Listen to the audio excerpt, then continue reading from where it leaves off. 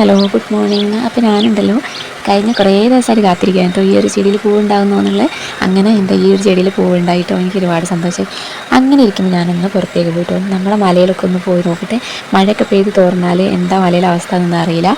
അപ്പോൾ എന്തൊക്കെയാണ് ഇനി മലയിൽ കാണാനുള്ളതെന്ന് ഞാൻ കാണിച്ചു തരാം. ഈ ഒരു കായ മുമ്പ് ഞങ്ങൾ ആടിന് തീറ്റാനൊക്കെ പോയ സമയത്തുണ്ടല്ലോ ഏട്ടനും ഞാനും കൂടി ഒരുപാട് കഴിച്ചൊരു കായാണ്.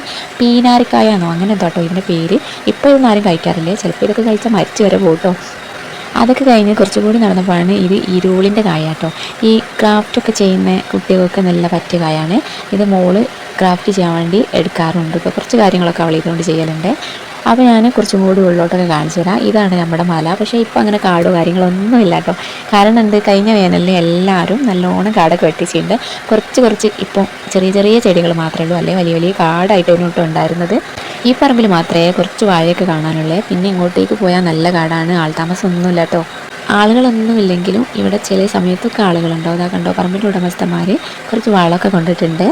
നല്ല മഴ പെയ്യുമ്പോൾ മാത്രം കേട്ടോ ഇതൊക്കെ കൊത്തിയൊക്കെ കിളച്ചൊക്കെ മണ്ണൊക്കെ ഇളക്കിയ ശേഷം കവുങ്ങിന് തെങ്ങിനൊക്കെ ഇട്ട് കൊടുക്കും കേട്ടോ.